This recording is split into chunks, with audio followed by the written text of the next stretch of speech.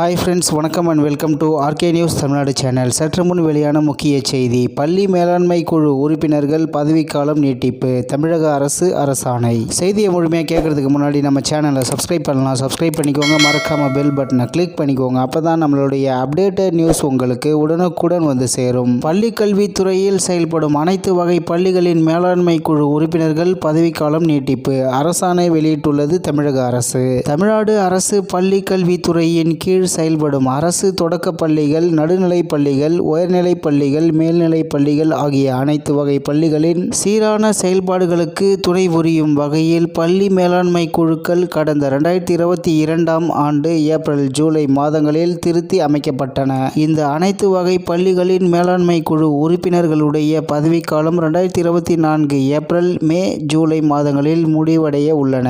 இந்நிலையில் 2024 முதல் 2025ஆம் கல்வியாண்டில் புதிதாக சேரும் மாணவர்களின் பெற்றோர்களையும் உள்ளடக்கிய புதிய பள்ளி மேலாண்மை குழுக்களை அமைக்கும் பொருட்டு 2022 முதல் 2024ஆம் ஆண்டிற்கான தொடக்க பள்ளிகளுக்கான மேலாண்மை குழு உறுப்பினர்களின் பதவிக்காலம் 1/5/2020 முதல் 10/8/2024 வரையும், நடுநிலை பள்ளிகளுக்கான மேலாண்மைக்கு உறுப்பினர்களின் பதவிக்காலம் 24/4/2024 முதல் 20/7/2024 வரையும், உயர்நிலை மேல்நிலை பள்ளிகளின் மேலாண்மை குழு உறுப்பினர்களின் பதவிக்காலம் 10/7/2024 முதல் 17/8/2024 வரையும் நீட்டிக்கப்பட்டுள்ளது என்றும், இதற்குரிய அரசாணை 29/2/2024 அன்று வெளியிடப்பட்டுள்ளது என்றும் பள்ளி கல்வித்துறை அரசு செயலாளர் தெரிவித்துள்ளார். மேலும் தமிழ்நாடு அரசு பள்ளி கல்வித்துறையின் கீழ் செயல்படும் அரசு தொடக்க பள்ளிகள், நடுநிலைப் பள்ளிகள், உயர்நிலைப் பள்ளிகள், மேல்நிலைப் பள்ளிகள் ஆகிய அனைத்து வகை பள்ளிகளின் சீரான செயல்பாடுகளுக்கு துணை புரியும் வகையில் பள்ளி மேலாண்மை குழுக்கள்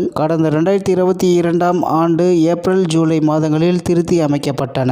இந்நிலையில் பள்ளி கல்வித்துறையில் செயல்படும் அனைத்து வகை பள்ளிகளின் மேலாண்மை குழு உறுப்பினர்கள் பதவிக்காலம் நீட்டிப்பு அரசாணை வெளியிட்டுள்ளது தமிழக அரசு என்பது குறிப்பிடத்தக்கது. மேலும் இது போன்ற செய்திகளை உடனுக்குடன் தெரிந்து கொள்ள ஆர்கே நியூஸ் தமிழ்நாடு சேனலுடன் இணைந்திருங்கள். நன்றி, வணக்கம்.